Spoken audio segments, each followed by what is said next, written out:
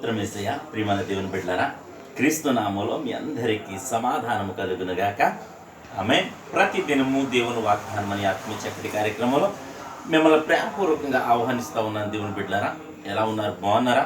ఉదయాన్నే లేచారు కదూ? ప్రార్థన చేసుకున్నారా?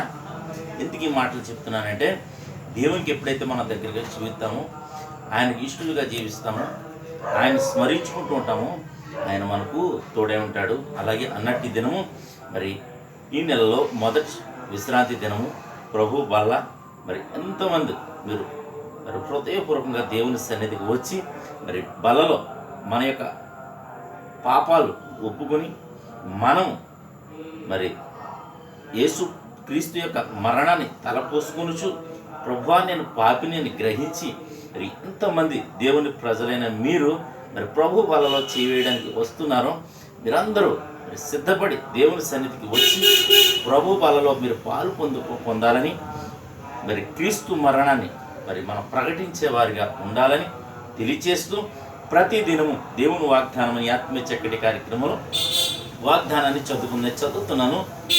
మొదటి దినవృత్తాంతాల గ్రంథము 17వ అధ్యాయము 14వ వచనం.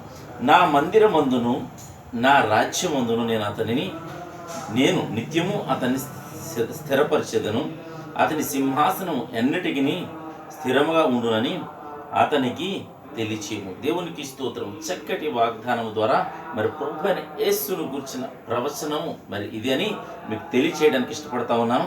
ఎందుకు ఈ మాటలు చెప్తున్నానంటే, ఒకవేళ ప్రభు అయిన యేసు క్రీస్తు తండ్రి చిత్తమును మరి ఏ విధంగా నెరవేర్చారో, ఒకవేళ నీవును నేనును మరి దేవుని చిత్తాన్ని, ప్రభు అయిన యేసు క్రీస్తు చిత్తాన్ని, పరిశుద్ధాత్మ తలంపులను చిత్తాన్ని మనం నెరవేర్చే వారిగా ఉంటే మనము కూడా పరలోక రాజ్యములో స్థిరపరచబడతాం. అలాగే ఇక్కడ దేవుని మందిరంలో కూడా నువ్వు స్థిరపరచబడతావు. అలాగే ఈ లోకమందును కూడా మరి నీవు ఆశీర్వాదకరంగా మరి దీవెనకరంగా ఉంటావు. ముఖ్యంగా పరలోక రాజ్యములో నీ స్థానము మరి స్థిరపరచబడి ఉంటుంది అని తెలియజేస్తున్నాను. కనుక ప్రియమైన దేవుని బిడ్డలారా, ప్రతి ఒక్కరును దేవుని సన్నిధికి రండి, దేవునితో మరి మీరు నిబంధన చేసుకోండి, దేవుని చిత్తానుసారంగా నడవడానికి ప్రయత్నం చేయండి. దేవుడి మాటలు దీవించునుగాక. ఆమేన్. ప్రార్థన చేసుకుందాం. స్తోత్రము తండ్రి యేసయ్య, నీకు స్తోత్రాలు స్తుతులు చెల్లించుకుంటున్నాము.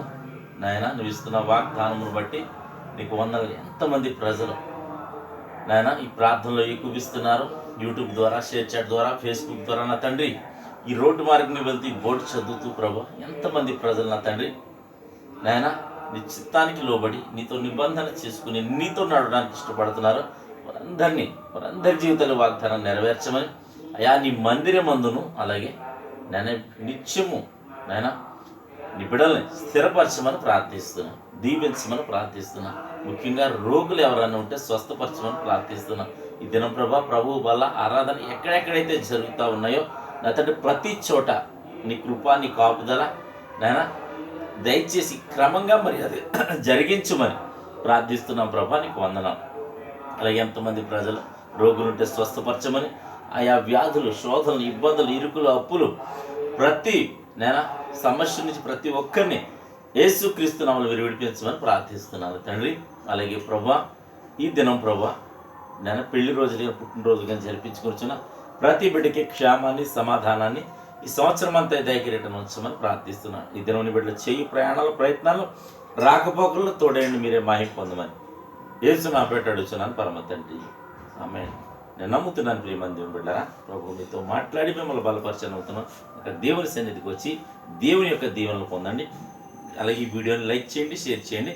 ఏకులకు మరి మీరు సాక్షులుగా జీవించండి. దేవుడిని కుటుంబాన్ని దీవించును గాక. ఆమేన్.